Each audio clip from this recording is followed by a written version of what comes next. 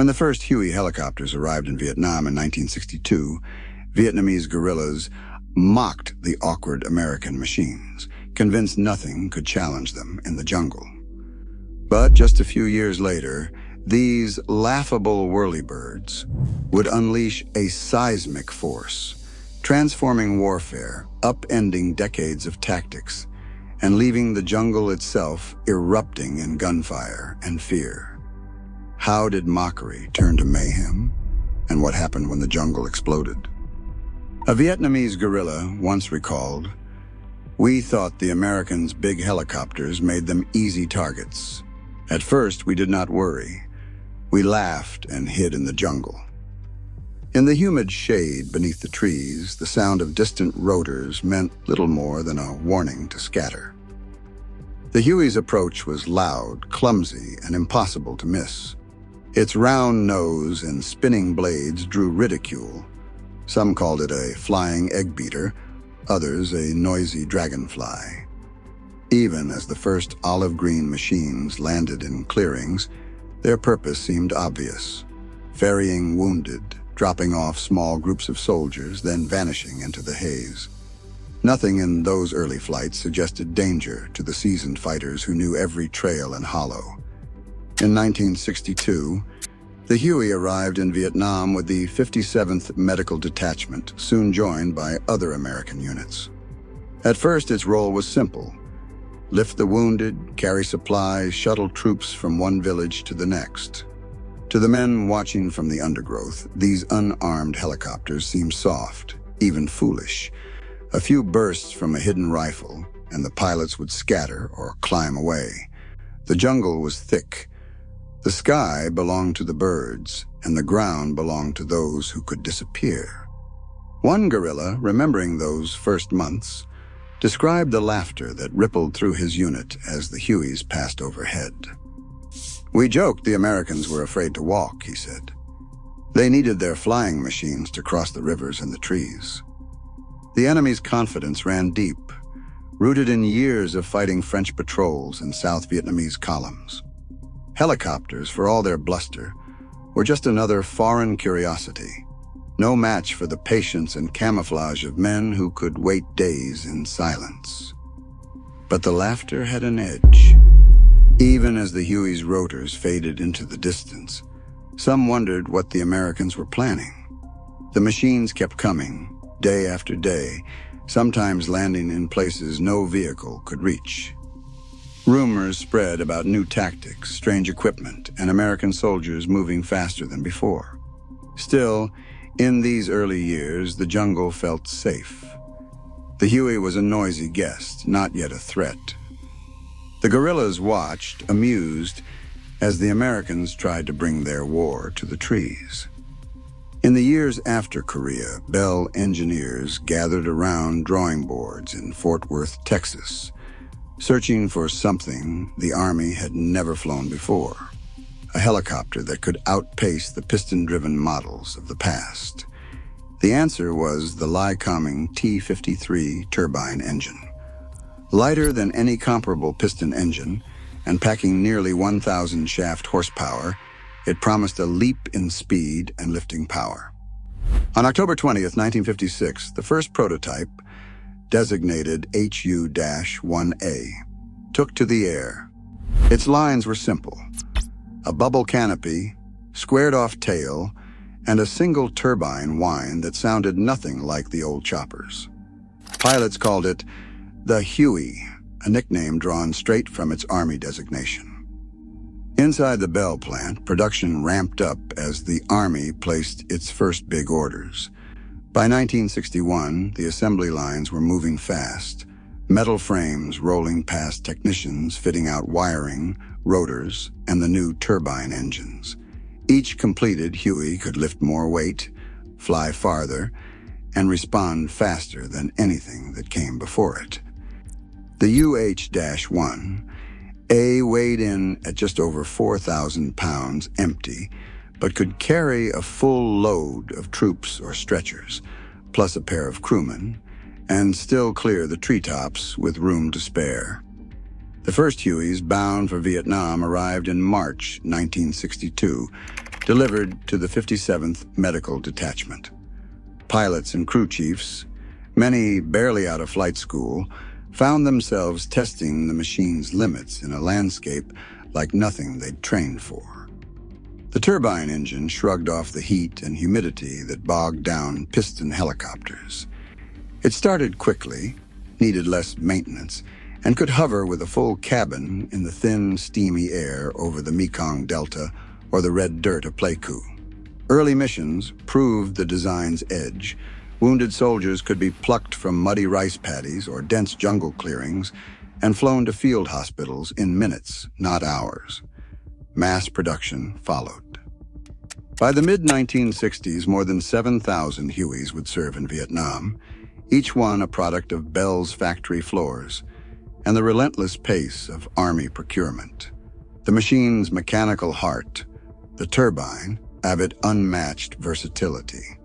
It could be stripped for medevac, loaded with cargo, or reconfigured for troop lifts on short notice. For the pilots and engineers who brought the Huey from blueprint to battlefield, the turbine wasn't just an upgrade. It was the reason the helicopter could become the backbone of a new kind of war. At dawn on November 14, 1965, the air above the Ia Drang Valley pulsed with the sound of 16 Hueys circling over a patch of clearing known as LZ X-ray. Each helicopter carried about 80 men from Lieutenant Colonel Hal Moore's 1st Battalion, 7th Cavalry, packed tight with weapons and gear. The first wave touched down as the blades churned red dust into the faces of the waiting soldiers. Within minutes, the Hueys lifted off, racing back to the pickup zone for another load. The entire battalion, nearly 450 men, arrived in staggered increments, each lift wave separated by less than 35 minutes. The operation moved with a tempo that defied the jungle's usual rules. Over the next 4 hours, more than 20 lift waves brought reinforcements, ammunition, and water, while wounded men were evacuated in the opposite direction. Ground commanders' radios pressed to their ears adjusted plans on the fly as the helicopters cycled overhead. The North Vietnamese, used to slow-moving columns and predictable patterns, faced a battlefield that could be reshaped in half an hour. Hal Moore's after-action report captured the pace. Hueys landed 4 or 5 at a time, barely touching down before troops spilled out and ran for the tree line. The landing zone, only 200 meters wide, became a constant swirl of dust, rotor wash, and shouted orders. By early afternoon, the entire battalion was in place, an achievement that would have taken days without air mobility. The lift commanders and pilots, many on their 3rd or 4th sortie before noon, kept the rotation going despite ground fire and mounting fatigue. Each successful wave proved that the helicopter was more than a flying truck. It was a tool for controlling the tempo of battle, allowing American forces to reinforce, resupply, and evacuate at speeds the enemy could not match. The rhythm of the Huey became the heartbeat of the fight, setting a standard for air assault operations that would echo across Vietnam. Major Charles L. Kelly flew his dust-off missions with a simple, stubborn conviction. No wounded man would be left behind, no matter the risk.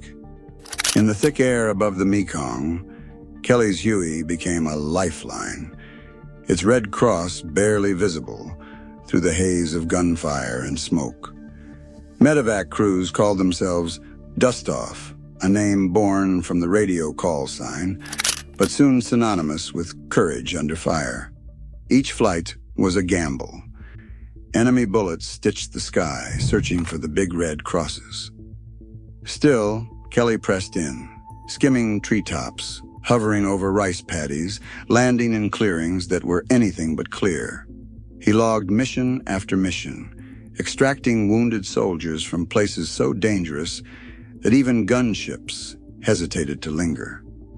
On July 1st, 1964, Kelly's Huey hovered over a hot landing zone in Vinh Long Province. Ground fire erupted from the tree line, but the wounded waited below. When his crew warned him to pull out, Kelly answered with the words that became the dust-off creed, "When I have you wounded."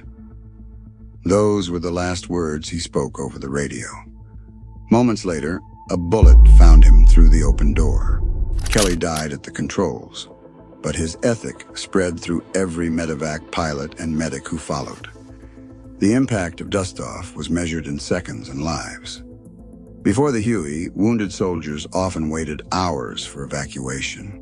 With dust-off, the average time from injury to hospital dropped to less than 30 minutes in many cases. Survival rates soared.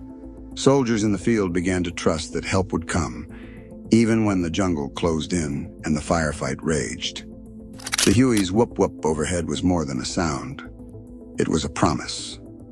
For the men who flew dust-off and those they rescued, the helicopter was not just a machine.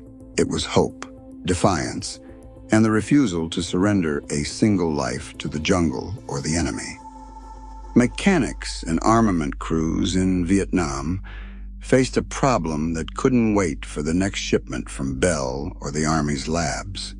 The jungle was swallowing up helicopters, and the enemy learned quickly where to aim. The answer, at first, was pure improvisation. Crew chiefs began bolting M60 machine guns to the open doors of the Huey, rigging makeshift mounts from scrap metal and whatever hardware could be scrounged from supply crates. Some used sandbags for stability. Others welded steel plates to shield the gunner's legs. The earliest gunships looked like flying workshops, cables snaking along the floor, ammo cans stacked wherever there was space. By late 1963, these field mods spread from one unit to the next. In the 1st Cavalry and 11th Air Assault Divisions, armament NCOs swapped ideas and spare parts, building up firepower with each mission. Maintenance logs from this period read like blueprints for a new kind of warfare. Extra M60s lashed to the skids, jury-rigged rocket racks on the cabin sides, even 50 caliber machine guns borrowed from ground vehicles. Pilots started calling these modified transports hogs for their appetite for ammunition and rockets. The Army took notice. In 1964, Bell rolled out the UH-1B and soon after, the UH-1C models, designed from the start to carry heavier weapons. The UH-1C featured a reinforced transmission, a more powerful engine, and wider rotor blades to handle the extra weight. Factory kits arrived with twin M60D mounts, pods for 2.75-inch folding fin rockets, and, by 1965, electrically driven M134 miniguns that could spit out thousands of rounds per minute. Technical manuals outlined installation steps, but in the field, crews still tweaked and tinkered for reliability.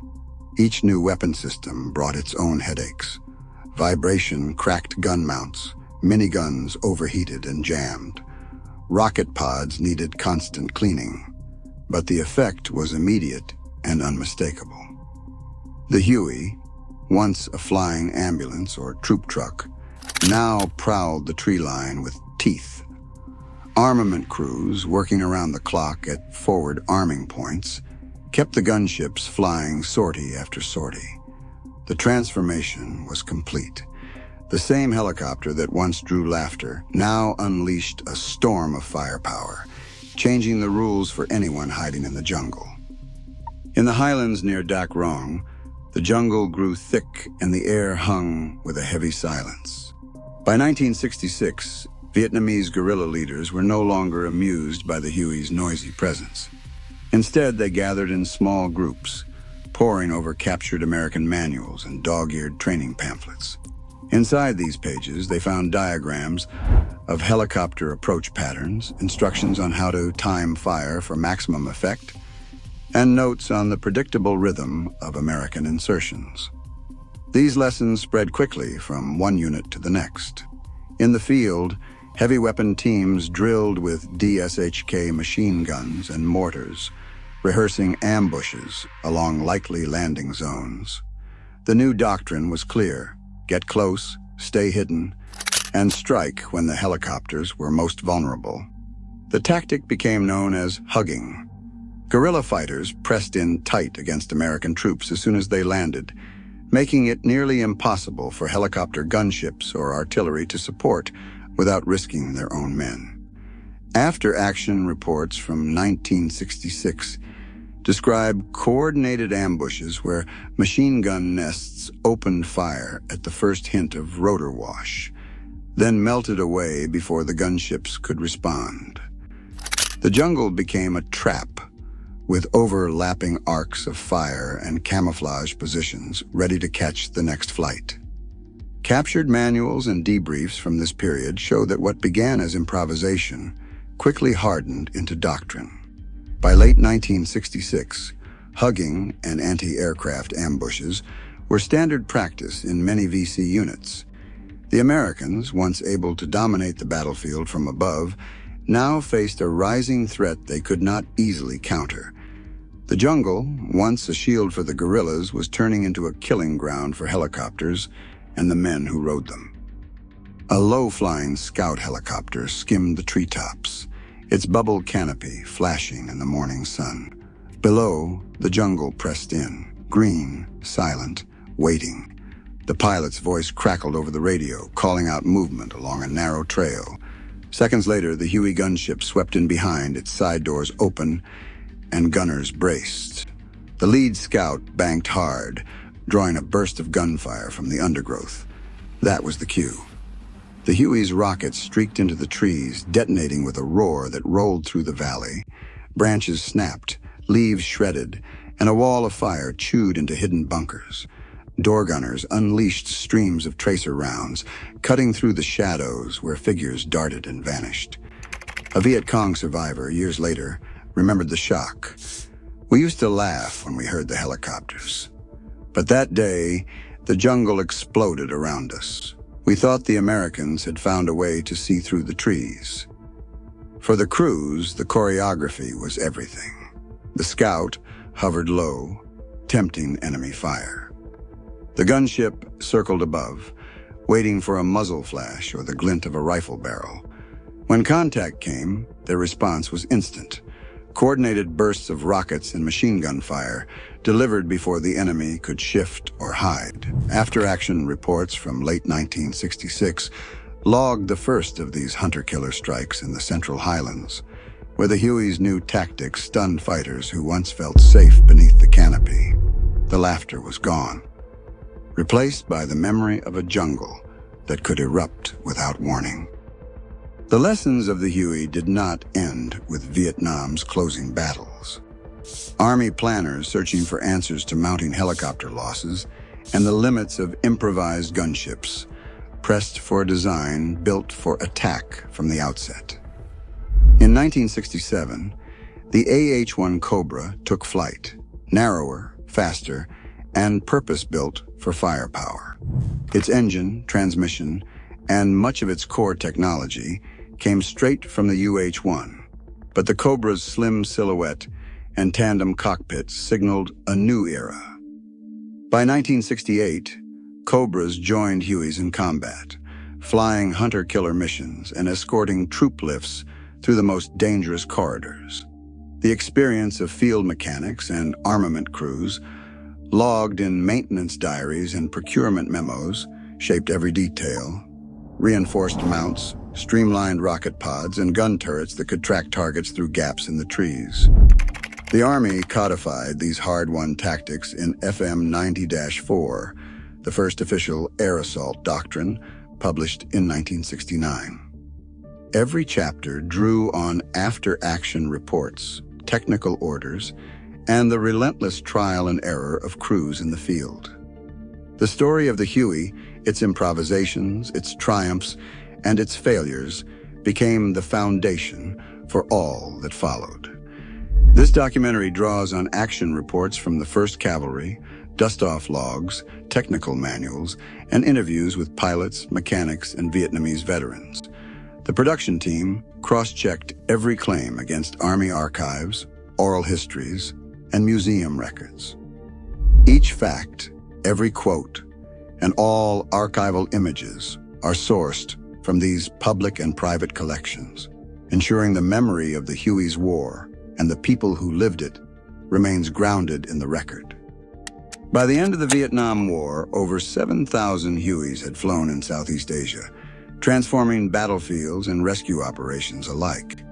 The documentary revealed how a machine once dismissed by Vietnamese guerrillas became a symbol of U.S. air mobility, innovation, and evolving firepower.